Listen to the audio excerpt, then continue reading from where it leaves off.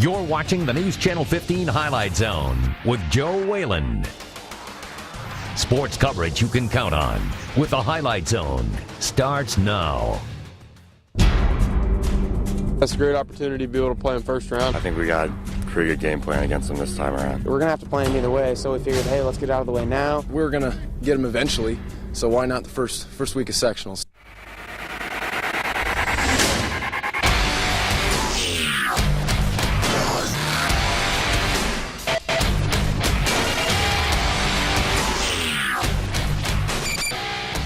No more hoping for miracles, examining the hypotheticals, or calculating the mathematicals. It's win or go home. Sectional play begins tonight on the Highlight Zone, and our team has laced it up and hit the road to bring you all the action. From LaGrange to Adams County, it's time to strap in for the postseason, and we begin with the big boys. A couple of NHC Titans throwing down in 6A. That's where Randy Spieth spent his whole night, and he joins us now with the game of the week. Randy.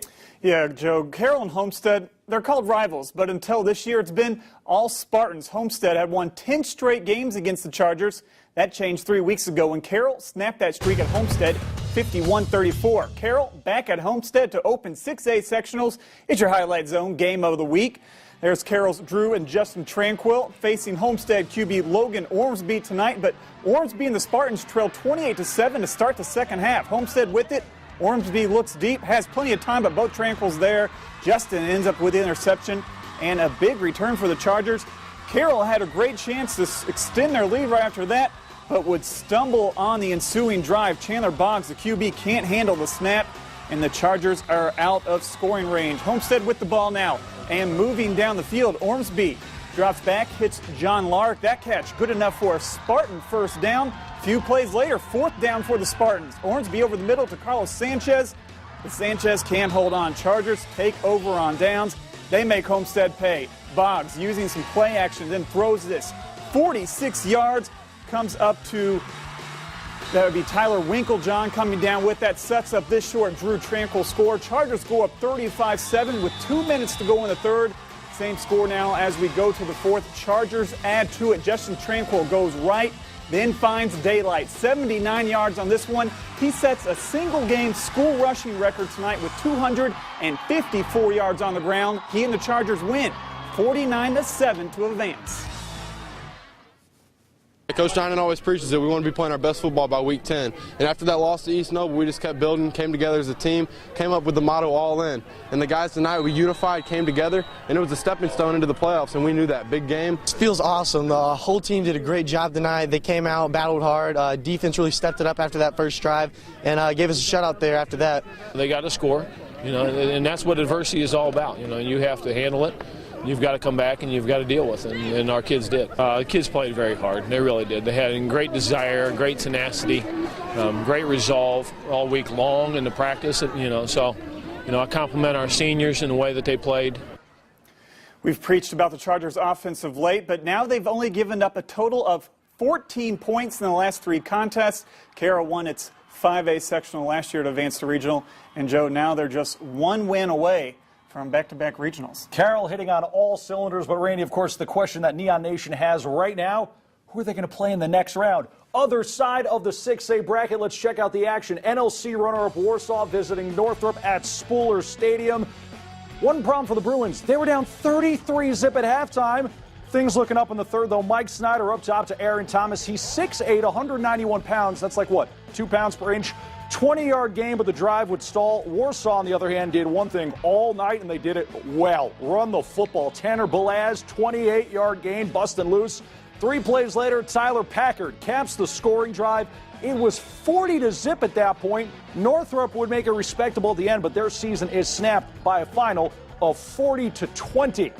5A with the week off, so let's go right ahead to 4A. NHC champ New Haven visiting a dangerous Southside team, but on the second possession, the Bulldogs get going. Pitch out to Arias Vasquez. He can walk this one in, but it was only 6-zip because the PAT was missed, and that's key because on the ensuing drive for Southside, check this out, the flea flicker, New Haven almost picks it off, but the ball's bobbled. Shatan Harris hauls it in for a touchdown. You won't see a crazier catch all season. Archers in front, 7-6.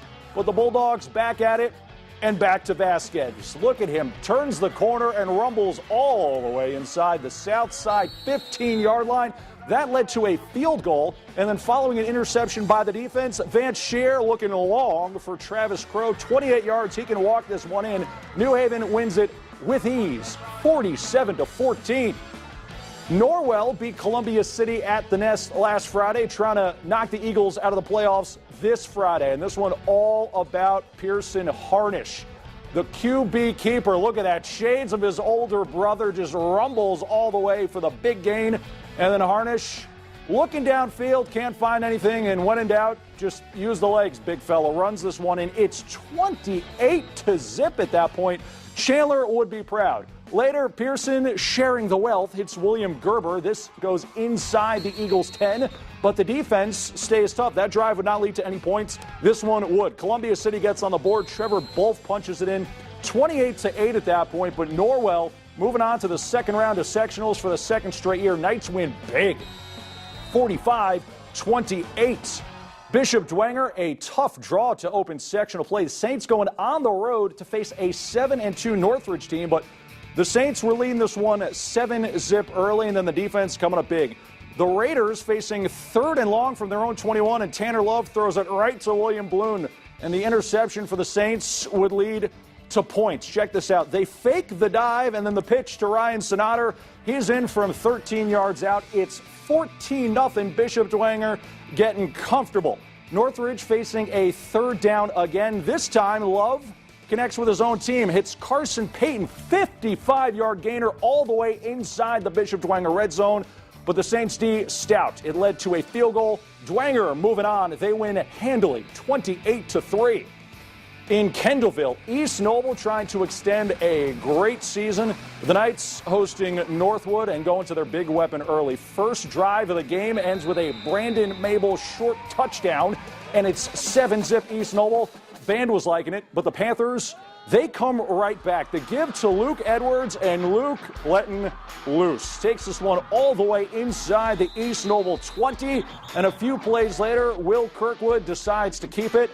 That's a good decision. Punches this one in from a couple yards out. It's all knotted up at 7, but on the ensuing drive, the Knights go right back to Mabel, and he goes right back to work. Look at him. Keeps the legs moving all the way down to the 1-yard line, and then moments later, if some is good, more is better. Mabel's second touchdown of the night. East Noble rolls 55-21 the final. But who would East Noble play? Leo ran the table in the regular season, and they start the postseason off in similar fashion. Lions travel to Wawasee and roll 35-7 again. They will meet East Noble next Friday. That should be one heck of a football game. Well, the remaining 6A and 4A teams have been cut in half statewide, and so is our show. Coming up, Bishop Lohr is trying to extend its 24-game postseason winning streak after failing to pull a W in the regular season, and Garrett and Heritage hook up for the second straight Friday. That one was a doozy. It's all up next in The Zone. We're the Norwell Knights, and you're watching the Highlight Zone.